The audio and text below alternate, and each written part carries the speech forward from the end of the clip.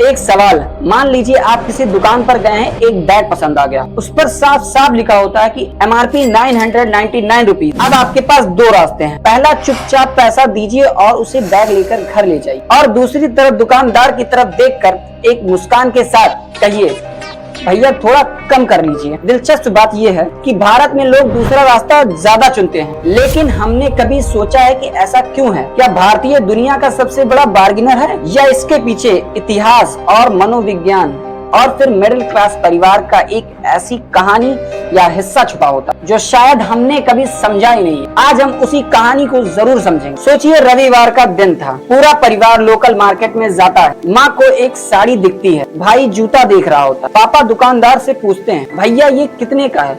दुकानदार बोलता है कि 2000 का है, और बिना एक सेकंड गंवाए वो तुरंत बोलते हैं कि 1500 लगा दीजिए। दुकानदार हंसता है और वो 1900 का कहता है, पापा 1600, और दुकानदार बोलता है 1800। आखिरी में 1700 रुपए में सौदा तय हो जाता है। घर लौटते समय सबको लगता है कि आज मैंने 300 रुपए बचा लिए। लेकिन अगर यही परिवार किसी बड़े मॉल में जाए और वहाँ पर एक साड़ी का प्राइस 2000 का टैग लगा हो, तो ज्यादातर लोग बिना कुछ बोले सामान को खरीद लेते। क्या मॉल वाला हमेशा सही कीमत लगा कर देता है, या लोकल दुकानदार हमेशा ज्यादा मांग? असली जवाब इन दोनों से अलग है। आज से 50-60 साल पहले भारत के ज्यादातर बाजार में ऐसा नहीं जैसा आज है। हर दुकानदार पर प्राइस टैग नहीं लगा होता, कीमत बातचीत से तय होती थी। अगर ग्राहक अच्छा मोल भाव करता है तो उसे उस कीमत पर मिल जाती, और अगर नहीं करता है तो वह सामान किसी और को बेच दी जाती। यानी मोल भाव एक स्किल है। धीरे धीरे ये स्किल हमारे दादा दादी से हमारे माता पिता तक, और हमारे माता पिता से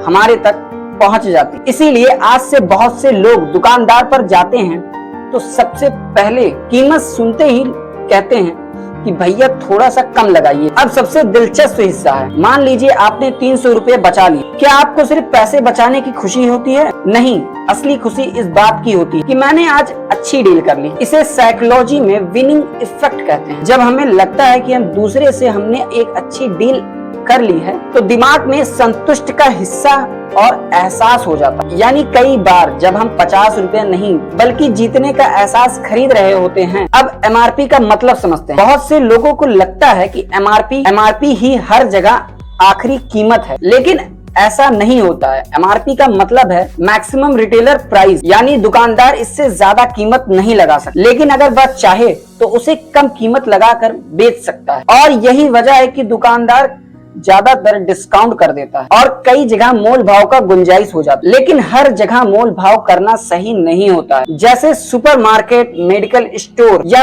फिक्स्ड प्राइस स्टोर, वहाँ कीमत पहले से तय होती है। दूसरी तरफ लोकल मार्केट में कई बार दुकानदार थोड़ा मार्जिन जोड़कर बताते हैं। उसे पता है कि ग्राहक मोल भाव जरूर करेगा, इसीलिए दोनों एक बीच की कीमत लगाकर सौदा तय कर लेते। लेकिन एक बात हमें नहीं भूलना चाहिए, अगर कोई छोटा दुकानदार है पहले से उचित कीमत पर लगाकर सामान बेचता है, तो सिर्फ वो आदत की वजह से नहीं, बहुत ज्यादा मोल भाव करने से उसकी कमाई कम कर सकती है। कई छोटे दुकानदार बहुत कम प्रॉफिट कर कर अपना घर चलाते हैं। इसीलिए जहाँ सही लगे वहाँ मोल भाव जरूर करिए, और जहाँ लगे कि पहले से कीमत तय है वहाँ पर मोल भाव बिल्कुल ना करें। तो भारतीय लोग MRP देखकर मोल भाव क्यों करते हैं? क्योंकि ये सिर्फ पैसे बचाने की आदत नहीं, बल्कि हमारा इतिहास, हमारी परवरिश और हमारी मानसिकता और एक बेहतर डील पाने की इच्छा का एहसास होता है। अब मैं आपसे पूछना चाहता हूँ, आपके हिसाब से मोल भाव करना सही है, या आप समय के साथ इसे बदलना चाहिए? अपनी राय कमेंट में जरूर बताइए। और ऐसी ही रियल थॉट्स, स्टोरीज, डॉक्यूमेंट्री को वीडियो